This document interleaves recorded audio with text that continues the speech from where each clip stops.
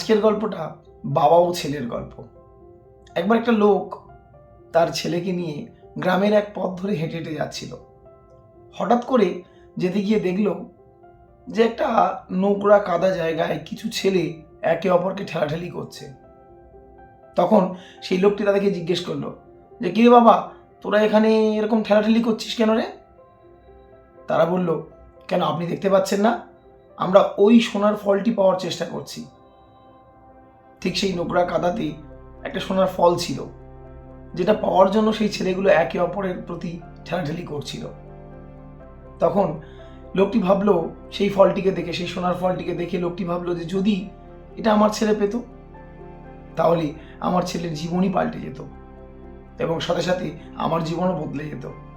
তাই সে তখন তার ছেলেকে বলল যে, জানা বাবা, গিয়ে ওই সোনার ফলটা নিয়ে এসে দে না। কিন্তু ছেলে বলল, না বাবা, আমি এটা চাই না, আমি অন্য কিছু চাই। কিন্তু তারপরেও বাবা তাকে জোর করতে লাগলো এবং বলল, এটা আমার আদেশ যে তুই আমাকে ওই সোনার ফলটা এনে দিবি। এবং ছেলেকে সেখানে পাঠিয়ে দিল, সেই নোংরা কাদা জায়গাতে। বাবার আদেশ অনুসারে ছেলেটিও সেখানে গেল, গিয়ে সেই ফলটি নেওয়ার চেষ্টা করছিল। কিন্তু যদিও তার একেবারেই ইচ্ছে ছিল না, বারে বারে বারণও করেছিল, সে যেতে চায় না, সে যাবে না। কিন্তু বাবার আদেশ অমান্য করতে পারল না।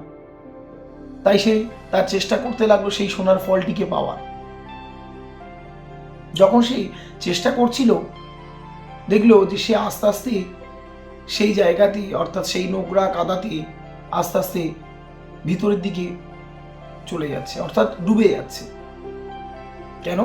তার কারণ সে তখন উপলব্ধি করতে লাগলো যে ওটা নোংরা কাদা নয়, ওটা একটা কর্দমাক্ত জলাশয়, যেখানে মানুষ পড়লে আর বেরোতে পারে না, আস্তে আস্তে ডুবেই যায়। সে সেই ফলটিকে পাওয়ার জন্য এখন চলে এসছে সেই কর্দমাক্ত জলাশয়ে, যেখান থেকে উঠতে পারছে না।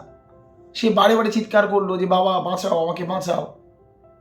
কিন্তু তার বাবা বলল, না, আর অজুহাত দিস না, ওরা কিভাবে চেষ্টা করছে, তুইও চেষ্টা কর, নিশ্চয়ই পাবি। বাবা বুঝতে পারল না যে ওটা একটা কর্দমাক্ত জলাশয় ছিল এবং ছেলের কথাও শুনছিল না। তো ছেলেটি বাবার কথা মতো চেষ্টা করতে করতে করতে করতে সোনার ফলটি তো পেলই না, বরং ডুবে গেল। তখন বাবা বুঝতে পারলো যে হ্যাঁ, সত্যি তো, ওটা একটা কর্দমাক্ত জলাশয়, যেখান থেকে বেরিয়ে আসা সম্ভব নয়।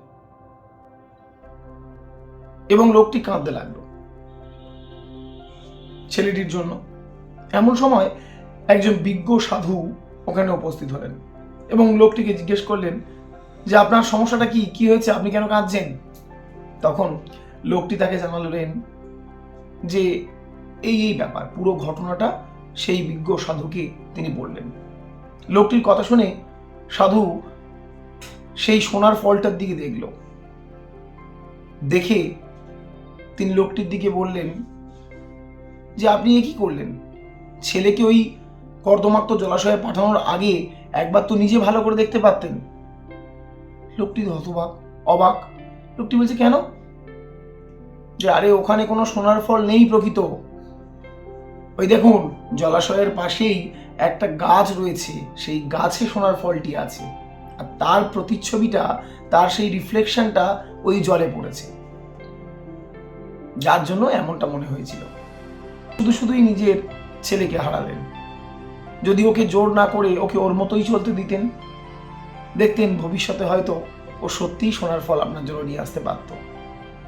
একটা ছোট্ট গল্প, গল্পটা এখানেই শেষ। কিন্তু আমাদের জীবনে, প্রত্যেকের জীবনে বিরাট শিক্ষা দিয়ে যায়।